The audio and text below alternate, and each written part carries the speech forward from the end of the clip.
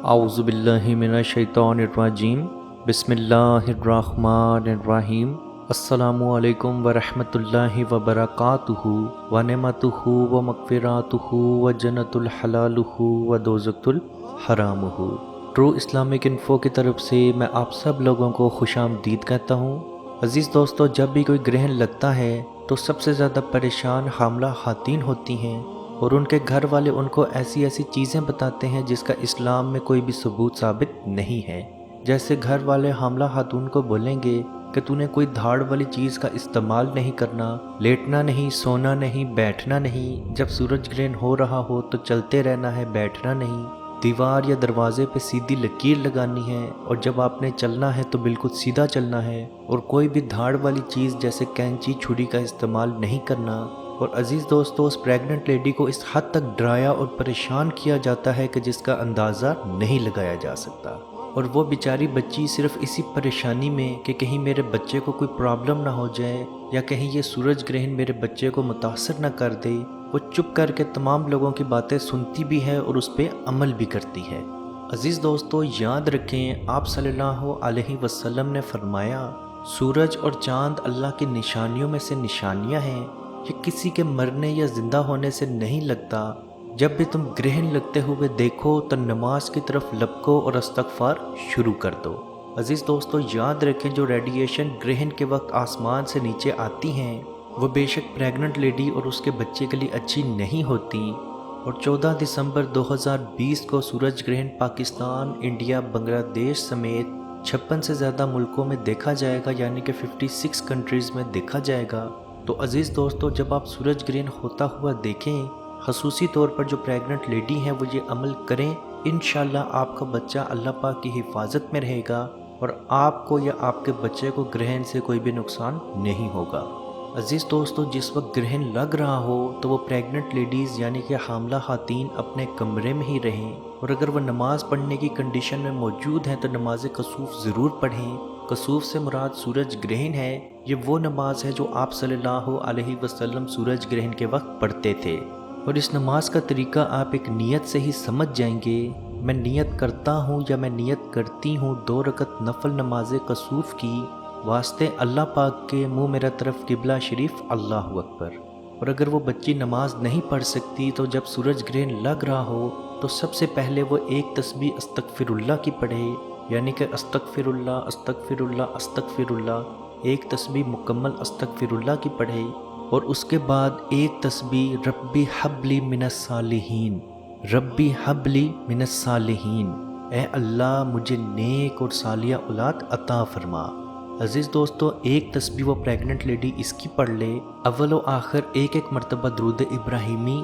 وہ درود جو ہم نماز میں پڑھتے ہیں، اور اللہ پاک سے دعا مانگے، انشاءاللہ اس کا بچہ صحت مند رہے گا۔ اور جہاں تک پریگننسی کی بات ہے، اللہ پاک کے حکم سے اس کو بیٹا ہو سکتا ہے، کیونکہ یہی دعا جب حضرت ابراہیم رضی اللہ عنہ نے پڑھی تھی تو اللہ پاک نے انہیں بڑھاپے میں بھی بیٹا نوازا تھا۔ تو عزیز دوستو، اس ویڈیو کو جہاں تک ہو سکے ضرور شیئر کریں، کیونکہ آپ کی وجہ سے اگر کوئی حاملہ خاتون فائدہ مند ہوگی تو آپ کو ثواب ضرور ملے گا۔ اللہ پاک سے دعا ہے کہ ہم سب کو اپنے حفظ و ایمان میں رکھے، اور کشمیر کے بھائیوں پہ خصوصی رحم فرمائے، اور ان کو آزادی کی نعمت عطا فرمائے، آمین۔ اللہ حافظ۔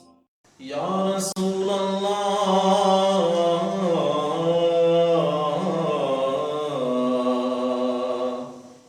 انظر حالنا، یا حبیب اللہ اسمع قالنا، اننی فی بحر غم مغرق حز یدی سہل لنا اشقالنا۔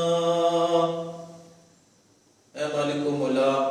کریم آقا صلی اللہ تعالی علیہ وسلم کے توسل کے ساتھ، اے مالک ہمارے اٹھے ہوئے ان گندے ہاتھوں کی طرف نہ دیکھ، مالک اپنا رحم اور اپنا کرم فرما، مقبوضہ کشمیر کے مسلمانوں کو آزادی کی نعمت سے مالا مال فرما۔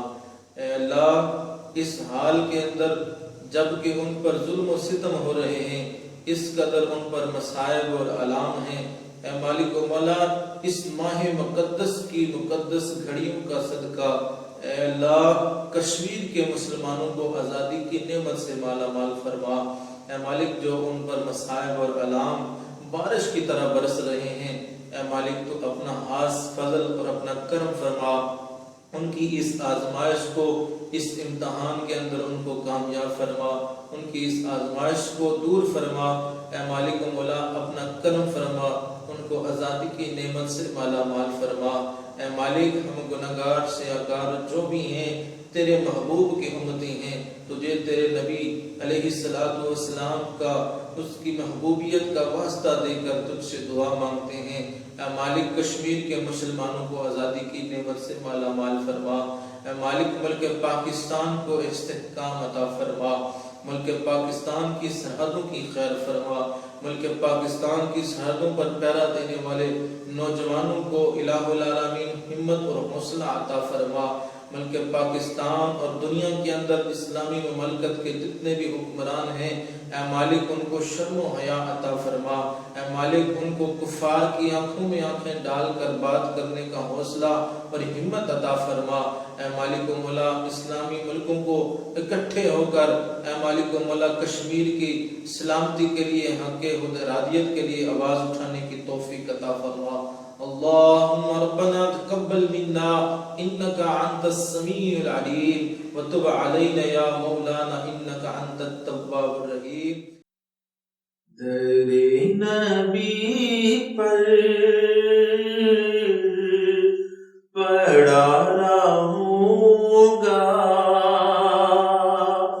پڑے ہی رہنے سے کام ہوگا، کبھی تو قسمتی کھولے گی میری، کبھی تو میرا سلام ہوگا، کبھی تو قسمتی کھولے گی میری،